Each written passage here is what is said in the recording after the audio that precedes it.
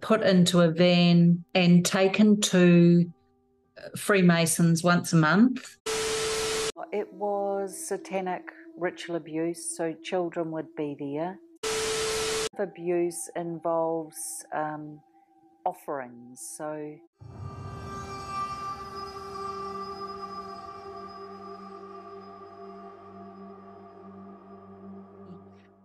put into a van and taken to Freemasons once a month. There would be other children. Satanic ritual abuse would take place. So there were many men there. And I'm not saying every Freemason was a pedophile, but I'm saying at certain levels throughout their hierarchy.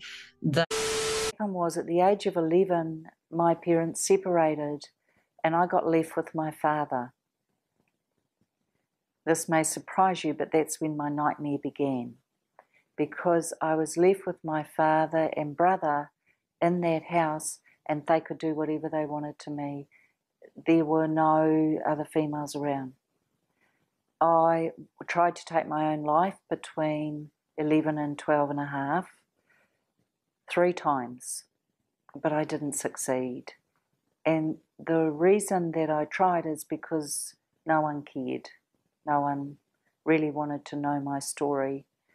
I used to run up to the phone box at night. Sometimes we didn't have, I couldn't use a telephone at home to ring the police, but I'd dial the number to ring the police and then I'd hang up because I knew the police had been involved and some were involved with my abuse.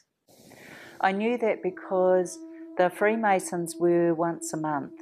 They would be taken to one of their lodges once a month. Other children were there and satanic ritual abuse would take place. But equally, there were certain days throughout the year or certain weekends when I would be taken to a place out in the country. What would happen there, it was a weekend of celebration for these Freemasons. And this is why I know there were fairly high up people involved, because there were police cars and there were police guarding the entrance. And back in those days, the police cars were black and white. So I saw the police. I knew the police were there. Now, whether they were inside and engaging as well, I don't know, but they knew enough to be protecting the people that were there. It was satanic ritual abuse, so children would be there. So this type of abuse involves offerings, so it's blood, it's animals being killed and sacrificed. Children's lives were taken as well. And in fact, at one point during one of these sessions, I heard my father talking to the Grand Master, who was one of the highest up in the Freemasons, and asking him, saying to him, "Oh look, I'll sacrifice her if you're needing a child of that age." But I was getting a wee bit older, so I wasn't quite as appealing anymore. And I don't know, luckily for me, the Grand Master chose not to have me sacrificed. But there was human sacrifice. Please know that not every Freemason is abusing children or trafficking children. This is a select few who have reached certain levels. So there is chanting, there is ceremonial procedure with all of it. And I knew it was satanic ritual abuse because during the monthly meetings, these men were wearing hoods. This was at the lodge I was taken to.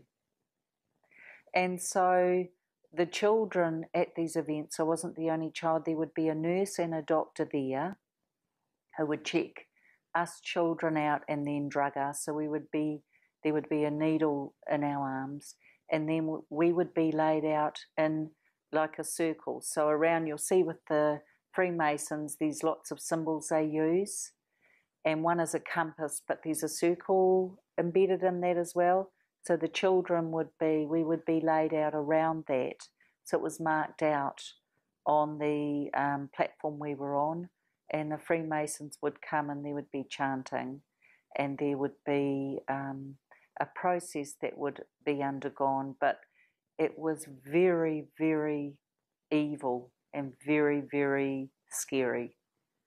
And I know I'm taking a risk saying any of this, but it's time for the truth to be told, and I gain nothing from it apart from helping other beautiful survivors out there know that I believe you. You couldn't make this up. I believe I was born into this family and then highlighted or spotlighted as being a child who could be trafficked. And the grooming and the kind of mind control that took place just was beyond imagination. But please remember, and this is throughout the world, this is not just New Zealand,